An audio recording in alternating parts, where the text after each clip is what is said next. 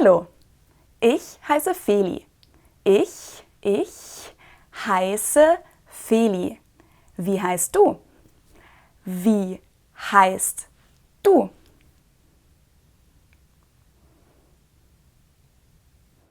See, you can already say hello and introduce yourself in German. Wie heißt du literally translates to how are you called?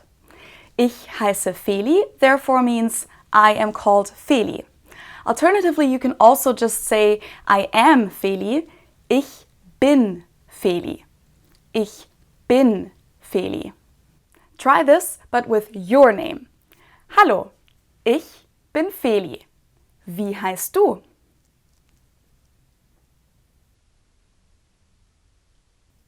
Sehr gut. Very good.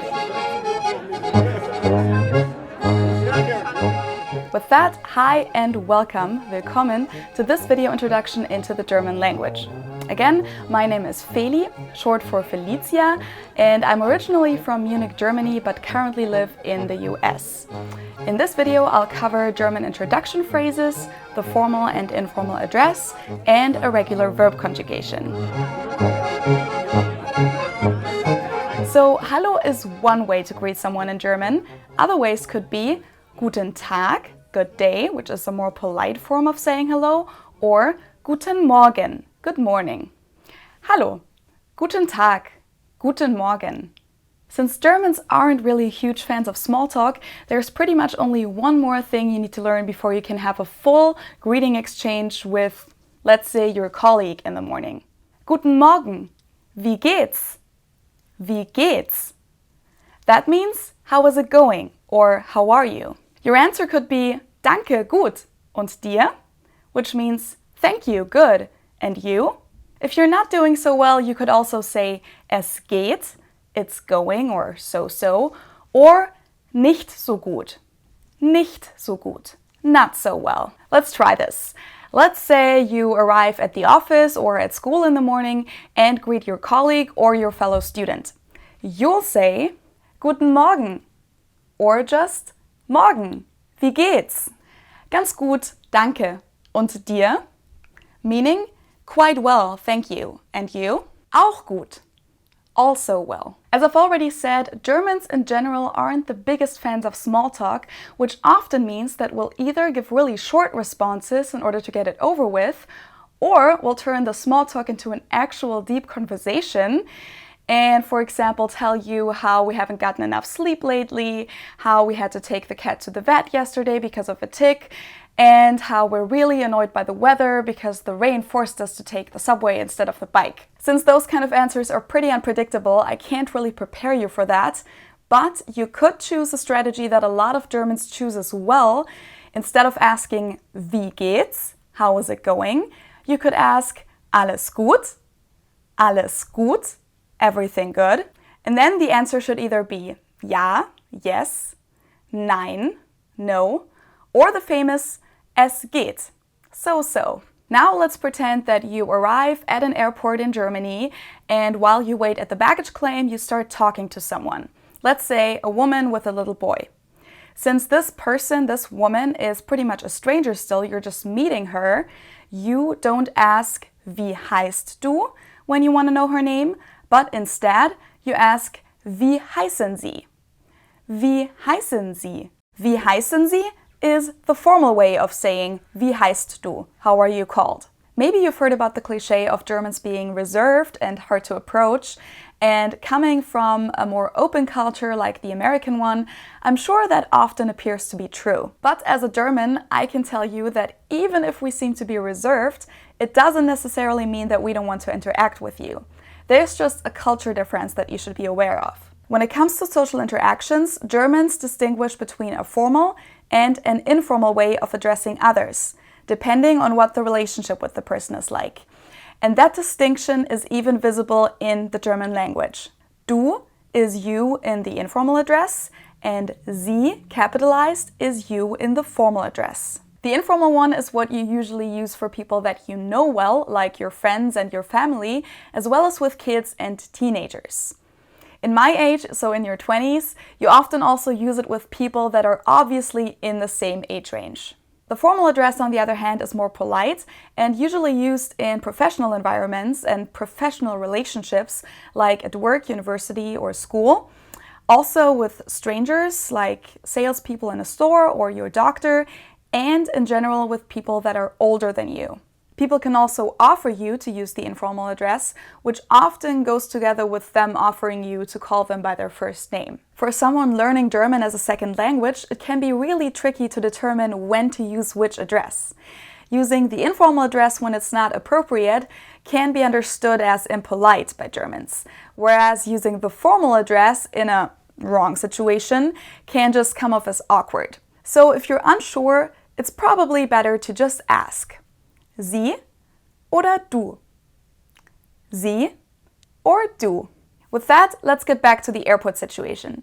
So you start talking to the woman at the baggage claim and ask, Wie heißen Sie? Which is, how are you called, in the formal address. Ich heiße Sabine Müller. Und Sie? I am called Sabine Müller. And you? Then maybe she'll ask you, Woher kommen Sie? Woher kommen Sie? Where do you come from? You reply, Ich komme aus Deutschland. Or, Ich komme aus den USA. Or, Ich komme aus England. I am from or I come from Germany in my case, Deutschland. Let's try this. You'll say, Hallo, wie heißen Sie? Ich heiße, then your name. And then you'll say, Ich komme aus, and name your country.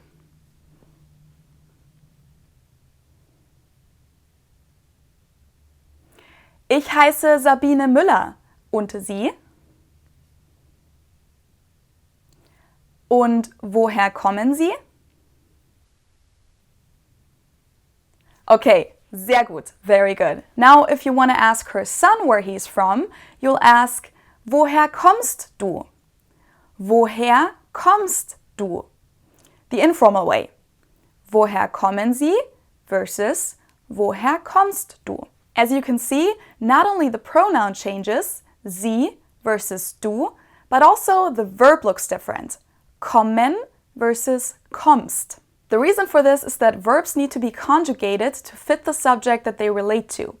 In English, verb conjugation is pretty simple. The verb has the same form in all persons, except for the third person singular, which takes an S at the end. Let's look at the sentence, Where do you come from? To come would be the infinitive form of this verb. The conjugation would be I come, you come, he, she, it comes with the S, we come, you come, they come. In German, the infinitive would be kommen. Regular verbs in German always end on en in the infinitive form. But unfortunately, the conjugation has more variations than the English one. We say, ich komme, du kommst, er, sie, es kommt, wir kommen, ihr kommt, sie kommen, and sie kommen. Let's look at the pronouns first. Ich is I, du is you in the informal way, er is he, sie is she, es is it, wir is we, ihr is plural you, sie is they, and if sie is capitalized, it's the formal way of saying you. Now the verb form that goes with each grammatical person is put together by the stem of the verb and an individual ending. The stem is easy to find. You just take the infinitive form, kommen, and drop the en ending. That's your stem. Komm, K-O-M-M. To that, you add the following endings. I, st, t, en, t, en. If you have trouble remembering the endings, here's a tip. If you put them all together, they form the word or the fantasy word S1010. Maybe that helps. So what does this mean? When you ask the woman where she comes from, you say, Woher kommen Sie? You use kommen here because you need the conjugation that goes with the pronoun Sie. When you ask the son, you say, Woher kommst du? Kommst is the conjugation that goes with du. Now, when you reply, which form do you use then? Exactly, the one for ich, the one for I. Ich komme aus Deutschland. Komme with the E ending. It's the same with the verb heißen that we learned earlier, to be called. Heißen is the infinitive form. Ich heiße Feli with the E ending is the ich conjugation. And when I ask, wie heißt du? I have the ST ending, even though in this case the S gets dropped because the SZ letter that kind of looks like a capital B already sounds like an S. So another S is not necessary here. So I hope this was helpful for you. Please feel free to leave me a comment if you have a question. And before this video ends, I'll show you a quick overview of what you've learned in this video. With that, thank you so much for watching and tschüss!